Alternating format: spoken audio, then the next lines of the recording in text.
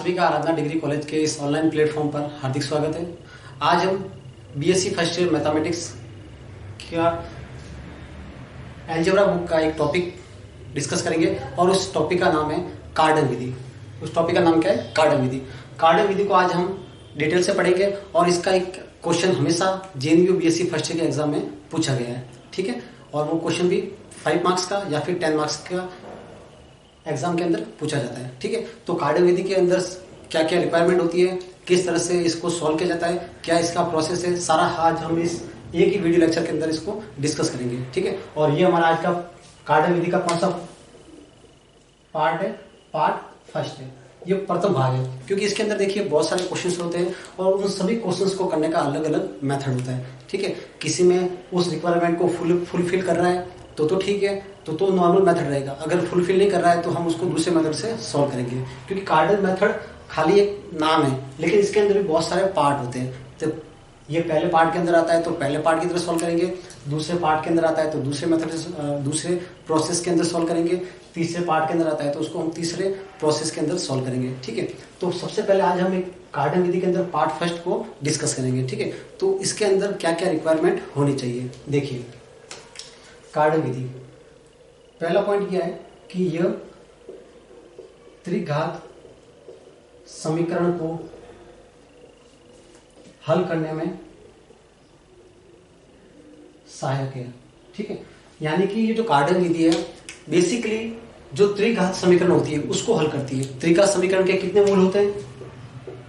3 मूल होते हैं। कितने मूल होते हैं? 3 मूल होते हैं। उन 3 मूलों को ज्ञात करने के लिए हम किस विधि का यूज करेंगे? कार्डन विधि। आपको एग्जाम के अंदर लिखा हुआ मिलेगा कि इस त्रिघात समीकरण को कार्डन विधि की सहायता से सॉल्व कीजिए, यानी कि आपको इसी विधि को लेकर चलना होगा, ठीक है। वैसे तो आप त्रिघात समीकरण को किसी भी विधि से सॉल्व कर सकते हो, ठीक है। जैसे 6.4 है, 6.3 है, 6.2 है, उसमें बहुत सारे त्रिघात समीकरण को सॉल्व किया हुआ है। लेकिन अगर आपको एग्जाम के अंदर ये बोला जाए कि इस त्रिघात समीकरण को आपको कार्डन विधि से सॉल्व करना है तो आपको इसी विधि का यूज करना पड़ेगा, तो ही आपको एग्जाम के अंदर मार्क्स मिलेंगे, ठीक है। देखिए सबसे पहले ये त्रिघात समीकरण को हल करने में सहायक है। दूसरा पॉइंट इसका क्या है कि द्वितीय पद अनुपस्थित होना चाहिए, ठीक है। यानी कि दूसरा पद क्या होता है कि देखो त्रिघात समीकरण है, x³ से शुरू होगी और दूसरा पद x² का आता है, तीसरा पद x का आता है और चौथा पद अचर का आता है और बराबर में क्या आता है? 0, क्योंकि हम समीकरण की बात कर रहे हैं। समीकरण के बराबर में क्या आता है? 0 आता है, ठीक है। अब द्वितीय पद इसका कौन सा है? x² का पद, यानी कि x² का पद क्या होना चाहिए? अनुपस्थित होना चाहिए, ठीक है। यानी कि कार्डन विधि के अंदर क्या होता है कि ये 3 घात के समीकरण को सॉल्व करती है। दूसरा पॉइंट क्या है कि द्वितीय पद यानी कि x² का जो पद है वो नहीं होना चाहिए। अगर है तो उसको हम पहले हटाएंगे और फिर इस विधि का यूज करेंगे, ठीक है। ये ध्यान रखिएगा। अब देखिए अगला बात कि x³ है, x³ का गुणा कितना होना चाहिए? 1 होना चाहिए। कितना होना चाहिए? 1 होना चाहिए, ठीक है। दूसरी बात x और अचर पद, अचर के गुणा क्या होना चाहिए? परिमेय होने चाहिए। कैसे होने चाहिए? परिमेय होने चाहिए, यानी कि रूट के अंदर नहीं होना चाहिए। जैसे इसका गुणांक 1 होना चाहिए, ये वाला पद होना नहीं चाहिए, अनुपस्थित होना चाहिए, इसके आगे परिमेय संख्या होनी चाहिए और ये भी क्या होना चाहिए? परिमेय संख्या होनी चाहिए, ठीक है। तो फिर इसके बाद आप कार्डन विधि को यूज में ला सकते हो, ठीक है। 2 इसकी रिक्वायरमेंट है कि पहला क्या है कि द्वितीय पद अनुपस्थित होना चाहिए और दूसरा क्या है कि x³ का जो गुणांक है वो 1 होना चाहिए, ठीक है। अब हम किसी एक क्वेश्चन को लेंगे, उन क्वेश्चंस में जो जो विधि है उस विधि का हम यूज करेंगे, ठीक है। तो देखिए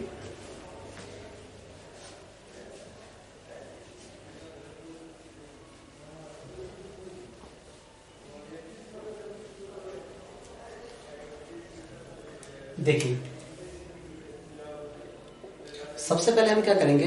कार्डन विधि के अंदर मानेंगे कि z बराबर p की घात 1/3 प्लस q की घात 1/3 समीकरण का एक मूल है।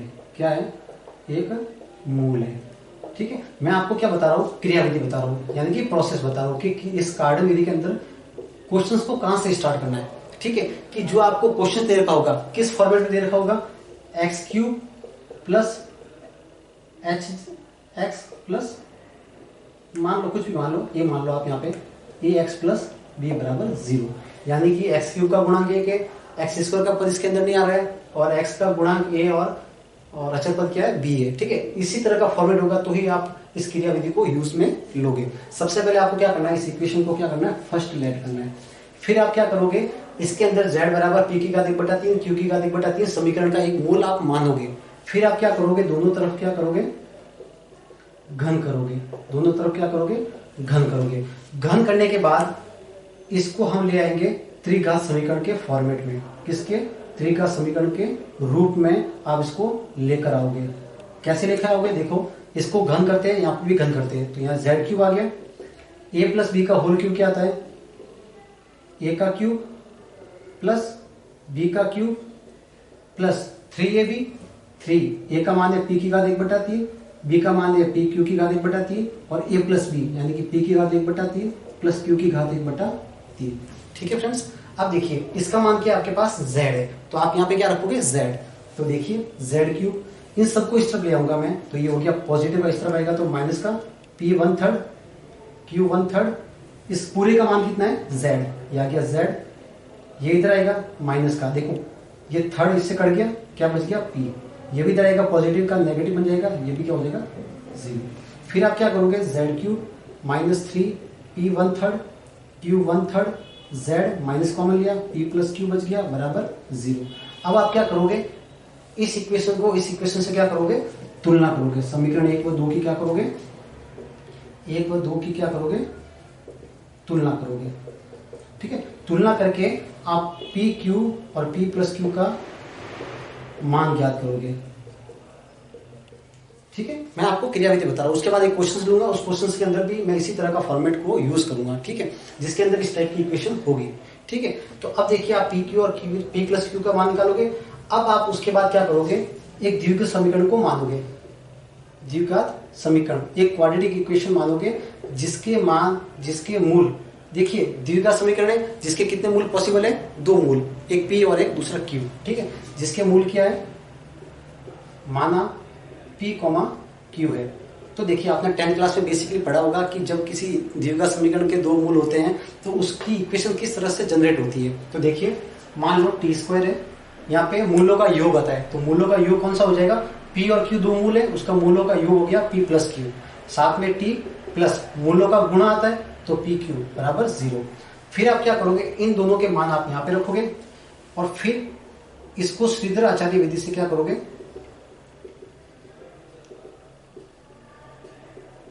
हल करेंगे। क्या करेंगे, हल करोगे। श्रीधर आचार्य विधि से हल करने के बाद आप क्या करोगे, इस टी के 2 मान आएंगे, उस 2 मानों में एक को मान लेना मान p और दूसरे को मानोगे q। ठीक है, आपको 2 मान मिल गए। अब देखिए ये 2 ही मान आप लेके चल रहे थे स्टार्टिंग के अंदर। ठीक है, यानी कि आप p t के जो 2 मान आएंगे, एक तो p होगा और दूसरा कौन सा होगा q। तो इस p के मानों को लेकर चलोगे, आप क्या निकालोगे, p1/3 और इसी को लेके चलोगे q1/3। ठीक है, 2 मान मिल गए। अब आप क्या करोगे, इन दोनों को, अब देखिए 3 घात की समीकरण है ना, तो कितने मूल संभव है, 3 मूल। तो देखिए अब वो 3 मूल कौन कौन से, अब देखिए पहला मूल हो जाएगा समीकरण 1 के मूल, समीकरण 1 के मूल कौन कौन से हो जाएंगे, पहला मूल हो जाएगा p1/3 प्लस q1/3। ठीक है फ्रेंड्स, दूसरा मूल क्या होगा, ओमेगा p की power 1/3 plus omega square q की पावर 1/3। तीसरा मूल क्या हो जाएगा, omega square p1/3 plus omega q1/3। अब देखिए इन दोनों का मान आपने निकाल दिया, यहाँ पे इनको जैसे ऐड करोगे तो समीकरण मूल का ये पहला मूल हो जाएगा। ठीक है, फिर आप क्या करोगे, इसको तो ओमेगा से गुणा करवाओगे और इसको ओमेगा स्क्वायर से गुणा करवाने के बाद फिर इन दोनों को क्या करोगे, ऐड करोगे। अब देखिए अब आपको यहाँ दिक्कत आएगी कि आपको ओमेगा और ओमेगा स्क्वायर के मान पता नहीं है, तो मैं ओमेगा और ओमेगा स्क्वायर के मान आपको बता देता हूँ। ठीक है, अब देखिए ओमेगा का मान होता है -1 प्लस √3 i/2। ठीक है, और ओमेगा स्क्वायर का मान होता है -1 माइनस √3 i/2। तो देखिए ये वाला फॉर्मेट है कार्डन विधि की सहायता से, और बेसिकली बहुत ही सिंपल प्रॉब्लम है, और जेएनयू के बीएससी प्रथम वर्ष के अंदर अलजेब्रा की जो बुक है उसके अंदर ये 10 नंबर का पूछा जाता है एग्जाम के अंदर। ठीक है, ये पार्ट फर्स्ट है, पार्ट सेकंड भी मैं लेके आऊंगा और पार्ट थर्ड भी लेके आऊंगा। तो जैसे ही आपका अच्छा रेस्पॉन्स रहेगा तो उसी प्रकार से मैं नेक्स्ट वीडियो में आपको पार्ट सेकंड के बारे में बता दूंगा और पार्ट थर्ड के बारे में भी बता दूंगा। ठीक है, तो वीडियो आपको अच्छा लगे तो लाइक करें, कमेंट करें और सब्सक्राइब चैनल को जरूर करें। ठीक है, ताकि जो भी आपको लेटेस्ट वीडियो वगैरह अपलोड होगा तो आपको नोटिफिकेशन वगैरह आपको मिलता रहेगा। ठीक है, तो ये आपकी क्रियाविधि है, आप चाहो तो इसका स्क्रीनशॉट ले लीजिए, फिर हम एक इसके बारे में ऊपर एक क्वेश्चंस करते हैं ताकि आपको ये जो क्रियाविधि हमने किस तरह से क्वेश्चंस पे अप्लाई करेंगे वो भी आपको अच्छे से समझ में आ जाएगी। ठीक है फ्रेंड्स, ये स्क्रीनशॉट ले लीजिए। ठीक है, तो अब हम इसको मिटा देते हैं और हम एक क्वेश्चंस को सॉल्व करते हैं। ठीक है, यानी कि जो इसी थ्योरी के ऊपर बेस्ड क्वेश्चन है। देखिए मैथ में क्या होता है कि क्वेश्चंस और थ्योरी दोनों में बहुत डिफरेंस है, कि थ्योरी को क्वेश्चंस पे किस तरह से अप्लाई किया जाता है वो आज हम इसी लेक्चर के अंदर देखेंगे। ठीक है,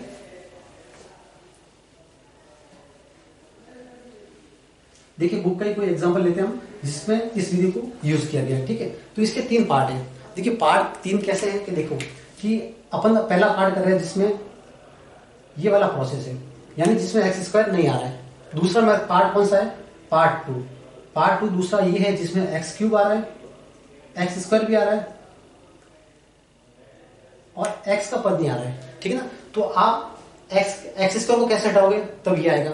ठीक है, दूसरा पार्ट। तीसरा पार्ट क्या है, जिसमें एक्स क्यूब भी आ रहा है, एक्स स्क्वायर भी आ रहा है, एक्स का पद भी आ रहा है, और ये भी ले लीजिए कांस्टेंट कुछ भी ले लीजिए। ये देखिए अब इसमें आपको एक्स स्क्वायर के पद को हटाना है, इसमें भी आपको एक्स स्क्वायर के पद को हटाना है और इसमें भी आपको एक्स स्क्वायर के पद को हटाना है। तो देखिए इसमें कुछ अलग विधि लगेगी, यानी कि यहां तक लाने के लिए आपको कुछ अलग प्रोसेस करना पड़ेगा, यहाँ से यहाँ तक लाने के लिए आपको कुछ अलग प्रोसेस करना पड़ेगा। तो इसलिए मैं पार्ट 2 के अंदर वीडियो लेक्चर होगा उसमें मैं आपको इसके बारे में बताऊंगा, और पार्ट 3 के वीडियो लेक्चर के अंदर मैं आपको इसके बारे में बताऊंगा। ठीक है, यानी कि इन दोनों से आपको ये फॉर्मेट कैसे मिलेगी और फिर वही है उसी वाले प्रोसेस की तरह आपको सॉल्व करना है। ठीक है, तो फिलहाल तो मैं अभी एक ही पार्ट के ऊपर वर्क कर रहा हूँ। ठीक है, तो नेक्स्ट पार्ट के अंदर मैं आपको दूसरा वाला मेथड भी आपको बता दूंगा, और उसके बाद ये 3 लेक्चर पूरे होने के बाद मैं आपको फेरारी विधि भी बता दूंगा जो 4 घात के समीकरण को क्या करती है, सॉल्व करती है। कौन सी विधि है, फेरारी विधि। ये भी वेरी वेरी वेरी इंपॉर्टेंट है। ठीक है, तो यहाँ से भी सवाल आ सकता है और यहाँ से भी सवाल आ सकता है। ठीक है, अब देखिए एक क्वेश्चन सॉल्व करते हैं। देखिए क्वेश्चन से बुक का ही क्वेश्चन ले रहे हैं हम। देखिए क्वेश्चन है x cube minus 12x minus 65 बराबर 0। ये इक्वेशन नंबर फर्स्ट। इसमें देखिए एक्स स्क्वायर का पद है नहीं।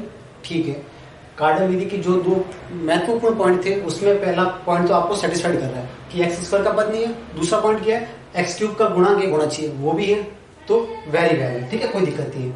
अब क्या लिखोगे, माना समीकरण 1 का मूल z बराबर p की पावर 1/3 प्लस q की पावर 1/3 है, ये आपने मान लिया। ठीक है, अब क्या करोगे, दोनों तरफ क्या करोगे आप, घन करने पर, क्या करने पर, घन करने पर।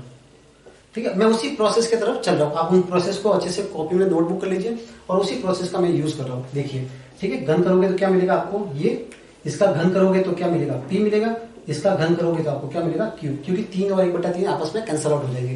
ए क्यूब प्लस बी क्यूब आ गया प्लस 3ab और a प्लस बी, यानी कि p1/3 प्लस q1/3। ठीक है, अब इसका मान क्या है आपके पास, इसका मान z है, तो देखिए वापस लिख दीजिए। ठीक है, इसको बंद कर दिया, प्लस 3/3 q1/3, इसकी वैल्यू क्या है, z, यहां से देख लीजिए। इसको इस तरफ लेके आ गए, ये हो गया, z हो गया, माइनस इस p प्लस q को ब्रैकेट के अंदर लिखा। अब देखिए इसकी और इसकी आपको क्या करनी है, तुलना करनी है।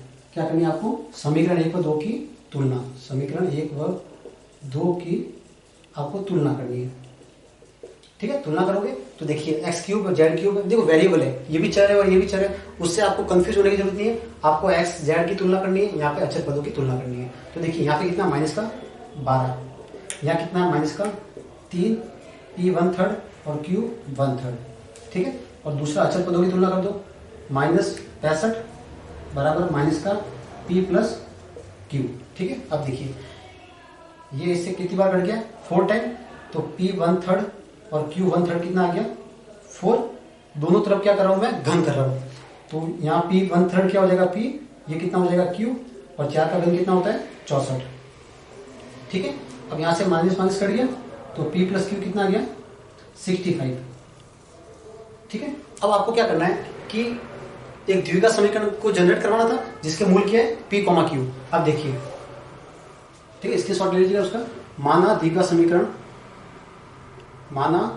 समीकरण जिसके मूल आप क्या मान रहे हो, जिसके मूल माना क्या है, जिसके मूल माना P, Q है। तो देखिए किस तरह से वो इक्वेशन बनेगी, t² minus P plus Q t plus PQ बराबर 0। ठीक है, अब आपको क्या करना है, इस PQ और इनकी वैल्यू रखनी है, रख दीजिए।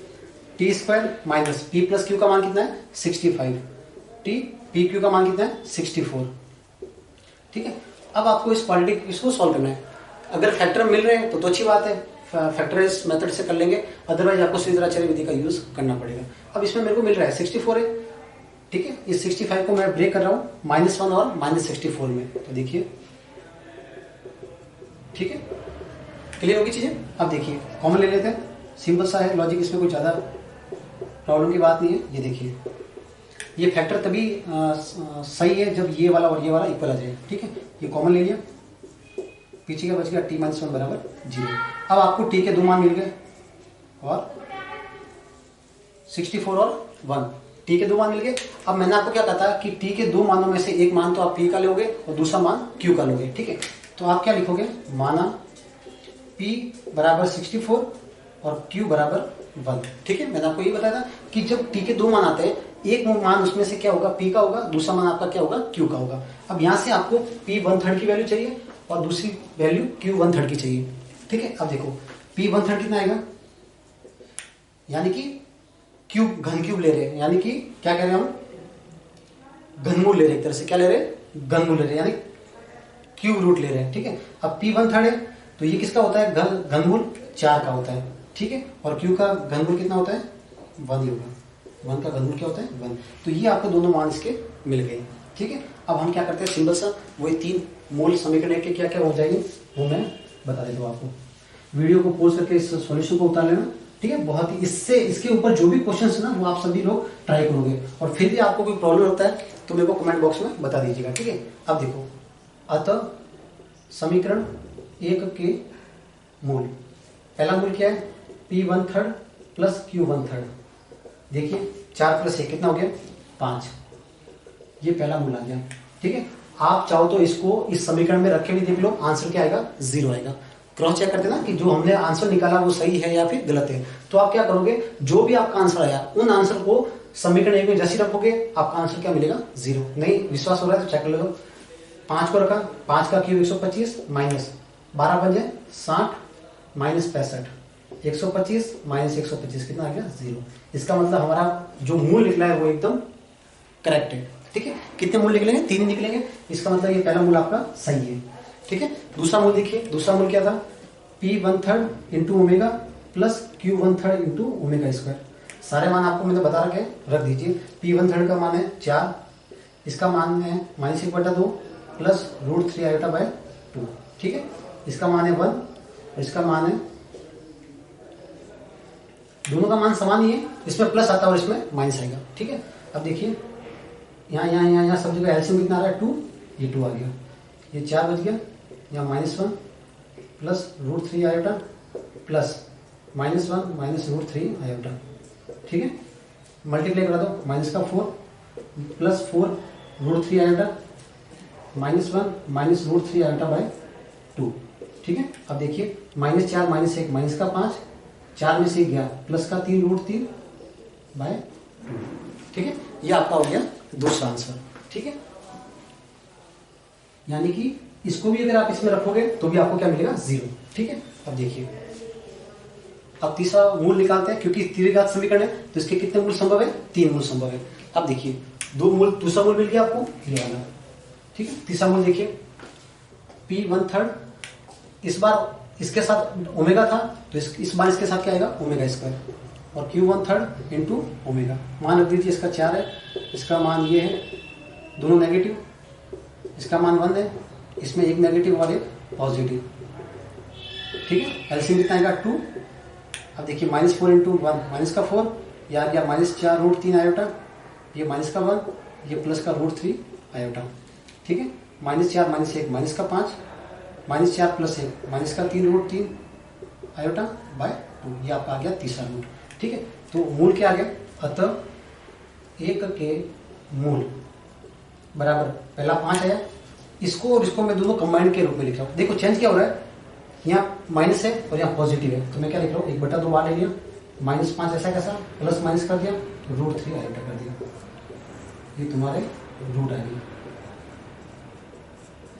ठीक है फ्रेंड्स। तो ये था हमारा आज का टॉपिक, कार्डन विधि से किसी त्रिका समीकरण को सॉल्व करना, ठीक है। तो हमने ये किया पार्ट फर्स्ट।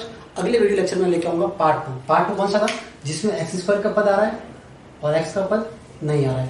पार्ट 3 के अंदर क्या है कि x² का भी पद आ रहा है और x का भी पद आ रहा है, ठीक है। तो हम उसको किस तरीके से सॉल्व करके यहाँ तक लेके आएंगे, और उसके बाद वापस जो प्रोसेस है वो ये का यही प्रोसेस है, ठीक है फ्रेंड्स। तो वीडियो अच्छा लगा हो तो लाइक करें, कमेंट करें और शेयर करें। Thank you friends.